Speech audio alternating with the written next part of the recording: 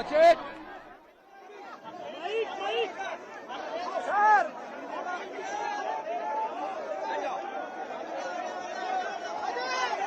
जाना यार। नमस्कार, मैं हूं मदन राज और आप देख रहे हैं राज तक न्यूज़। मैं इस समय मऊ में हूं और मऊ के चेयरमैन अरशद जमाल साहब हैं। बता दूं कि दिल्ली में राजनीति काफ़ी गरमाई हुई है और आप एक वीडियो देखे होंगे जिसमें अखिलेश यादव बैरिकेड छलांग लगा दिए हैं और कुछ सांसदों की गिरफ्तारी भी हुई है। और अब पूछेंगे सांसद अरशद जमाल चेयरमैन साहब से कि इंडिया गठबंधन का था तो आपका दल कहाँ है। तो चेयरमैन साहब, राज तक न्यूज़ चैनल में आपको स्वागत है। बहुत धन्यवाद। चेयरमैन साहब, कल कार्यक्रम था आपकी पार्टी का, कैसी मीटिंग थी मऊ में? देखिए, कल जो है पूरा मंडल की समीक्षा बैठक थी। इस वक्त जो हमारे संगठन को मजबूत करने के लिए अभियान चल रहा है माननीय बहन जी के निर्देश पर, तो कल तमाम हम पार्टी के बड़े जो लीडर हैं, जो कोऑर्डिनेटर्स हैं, तो वो लोग यहाँ आए थे और मऊ और बलिया और आजमगढ़ तीनों जनपदों की 21 विधानसभाओं की कल समीक्षा हुई है। और समीक्षा में संगठन का काम लगभग 70% जो नई कमेटी बनाने के लिए बेंच ने निर्देश दिया है, तो 70% के आसपास काम हो गया है। 30% काम बाकी है, जिसके लिए जल्दी से जल्दी उसको तैयार करके पूरा करने का निर्देश दिया गया। और जो बातें होती हैं आम तरीके से मीटिंगों में, वो सभी बातें हुई, लेकिन मुख्यतः कल संगठन को मजबूत करने का था। और बहुजन समाज पार्टी का जो चुनावी तरीका है या जो संगठन का जो तरीका है, तो उसमें फोकस ज़्यादा संगठन पे ही होता है। और अक्सर आप देखते होंगे कि हमारी अपनी डगर अलग है और अपना अलग अंदाज है राजनीति का। भाई शोषितों और पिछड़ों और दलितों की जो बात करेगा वही हमारा साथी है। चेयरमैन साहब, अभी दिल्ली में जिस तरह से इंडिया गठबंधन के जितने सांसद हैं, वहाँ लोग वोट चोरी का आरोप लगा रहे हैं कि भाजपा सरकार वोट चोरी कर रही है बिहार चुनाव को देखते हुए। और बता दूं कि अखिलेश यादव तमाम सांसद पहुंचे वहां पर, तो सभी लोगों को एक तरह से कहा कि जाए कि हिरासत में लिया गया है। तो क्या सच में भाजपा चुनाव आयोग के माध्यम से वोट चोरी कर रही है? देखिए, वोट चोरी कर रही है नहीं कर रही है, लेकिन एक बात तो ये है कि जो आरोप लग रहे हैं, तो आरोप पे आयोग को झुंझलाहट का शिकार नहीं होना चाहिए, या भारतीय जनता पार्टी को उसका जवाब थोड़ी नहीं देना चाहिए, लेकिन आयोग को जवाब तो देना चाहिए ना। राहुल गांधी एक राष्ट्रीय पार्टी है और देश की जो सबसे बड़ी दूसरे नंबर की पार्टी है उसके नेता हैं। तो अगर राहुल गांधी या कोई भी पॉलिटिकल पार्टी अपोजिशन का सवाल करता है तो उसका जवाब देना चाहिए। ये बड़ी अजीब सा माहौल बन गया है कुछ दिनों से कि सवाल तो जो सत्ता में है उसी से पूछा जाएगा ना, लेकिन सवाल जो अपोजिशन में उससे पूछा जाता है। मौजूदा हालात की बात ना करके आप 40 साल 50 साल पुरानी बात करते हैं। तो वही तो जिन्होंने गलत किया वो तो सत्ता से बाहर है ना आज। तो जो लोग सत्ता में उनसे सवाल पूछा जाना चाहिए, और सवाल अगर पूछा जा रहा है तो उससे बुरा मानने के बजाय उसका जवाब देना चाहिए।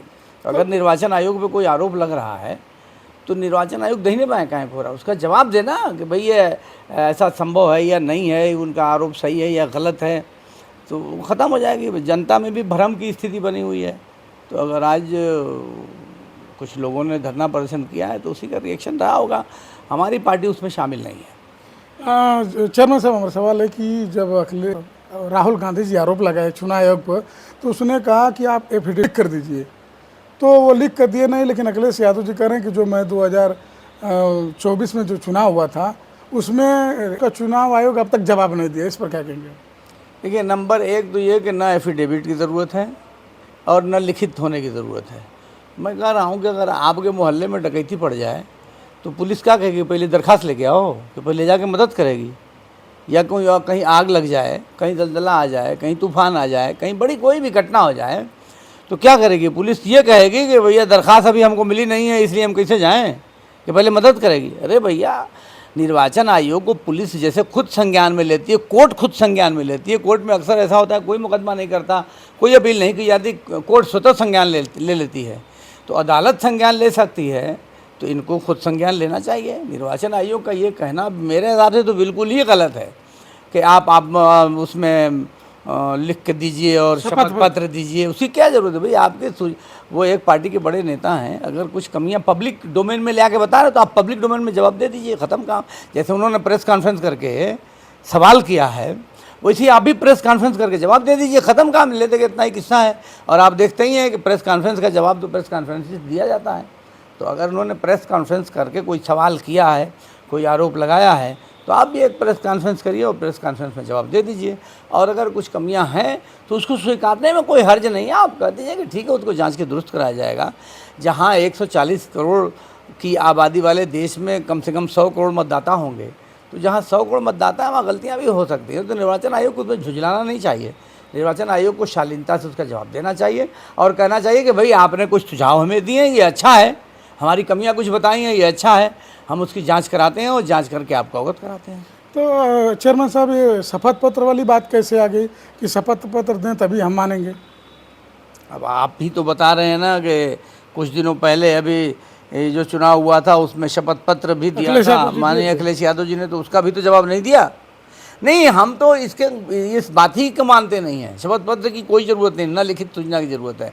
किसी भी माध्यम से, जैसे अगर मुझे ये बताइए कि कहीं अगर नाला टूट जाए या कहीं सड़क टूट जाए, तो मैं मीडिया से के माध्यम से अगर कोई खबर आती है तो मैं उस पर एक्शन लूँगा ना, जाकर उसको बनाऊँगा या ठीक करूँगा, कि मैं इंतज़ार करूँगा कि कोई आवेदन दे तब मैं बनाने जाऊँगा। अरे भाई, किसी भी तरह से मेरी कमियों की कोई सूचना मुझे अगर मिलती है तो मेरी जिम्मेदारी बनती है कि मैं उसको जाकर बनाऊँ। कहीं रोड टूट जाए, कहीं नाली टूट जाए या और कहीं रास्ता बहुत ख़राब है, तो अक्सर सोशल मीडिया की मदद से हम लोग को सूचनाएं मिलती हैं और हम लोग जाके उस काम को कराते हैं। इंतज़ार थोड़ी ना करते हैं कोई आवेदन हमको देगा तब हम बनाएंगे। नियम तो यही है कि कहीं काम हो तो आवेदन दें, लेकिन ये नियम नॉर्मल स्थिति में है। लेकिन कोई इमरजेंसी हालात हो, कोई ज़रूरी काम हो, तो किसी भी जिम्मेदार संस्था को या जिम्मेदार व्यक्ति को किसी भी माध्यम से अगर कोई सूचना मिलती है तो उसमें सुधार ले आया जाना चाहिए। चेयरमैन साहब, आखिरी सवाल मेरा कि अभी मौलाना बने हैं तबरेज़ साहब सचिव प्रदेश के, जो रहने वाले हैं मऊ के ही, कल उनका स्वागत भी हुआ समाजवादी पार्टी में, तो कितना प्रभाव डालेंगे बहुजन पे? समाजवादी के जो कल बने हैं, समाजवादी का हम क्या जवाब देंगे? हम तो बहुजन समाज पार्टी नहीं हमारे तो अभी बने, वो भी मुस्लिम, आप भी मुस्लिम, कितना प्रभाव उससे डालेंगे? क्या मतलब? अब तो संगठन का मामला है, संगठन में लोग बनते रहते हैं, उनको बधाई है, बताइए। तबरेज़ जी को बधाई है। तो प्रभाव नहीं डालेंगे वोटों और एक एक शहर में 4-4 प्रदेश अध्यक्ष बनते हैं, तो कोई मतलब उसका क्या निकलेगा? अब हमारे मऊ शहर में कम से कम 5 प्रदेश अध्यक्ष हैं, तो उसका मतलब क्या निकलेगा? कोई मतलब नहीं। नहीं, उसका क्या मतलब आप बताइए? एक ही शहर में 5 प्रदेश अध्यक्ष, क्या मतलब है? यानी कोई फर्क पड़ेगा नहीं बहुजन के वोट? हमारा वोट सॉलिड है, हमारे वोट पे कोई बनने उनने से कोई फर्क पड़ने वाला कोई नहीं, प्रभाव नहीं। कुछ नहीं। ठीक है, चैनल को समय दिए बहुत बहुत धन्यवाद। बहुत शुक्रिया आपका। बता दें कि अरशद जमाल साहब हैं, चेयरमैन मऊ के, बहुत चर्चित हैं और कह रहे हैं कि जो इंडिया गठबंधन आरोप लगा रहा है कि वोट चोरी की बात, तो चुनाव आयोग के सामने आना चाहिए। और बता दूं कि तमाम सोशल मीडिया पर वीडियो वायरल हो रहा है, सांसद लोग बस में बैठा कर लेकर जाया जा रहा है। बाकी आप लोगों की क्या राय है कमेंट बॉक्स में जरूर लिखिए। अन्य खबरों के लिए राज तक न्यूज़ चैनल देखते रहिए।